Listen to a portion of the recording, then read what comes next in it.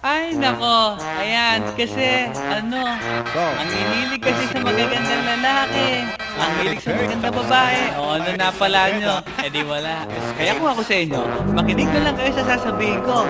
Humanap ka ng pangit at ibigin mong tunay. Yan ang dapat mong gawin. Kaya makinig ka sa akin and it goes a little something like this.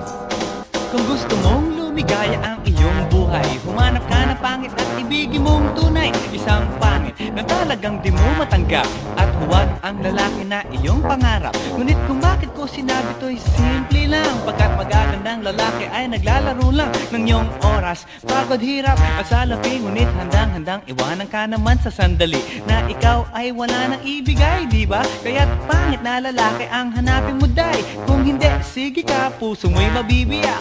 Mawalay man ang pangit, hindi ka iiyak. Humanap ka ng pangit, Wag na uwi, wag na humanap ka ng pangit, Wag na uwi, wag na humanap ka ng pangit, Wag na uwi, ibigin wag mong na- tunay.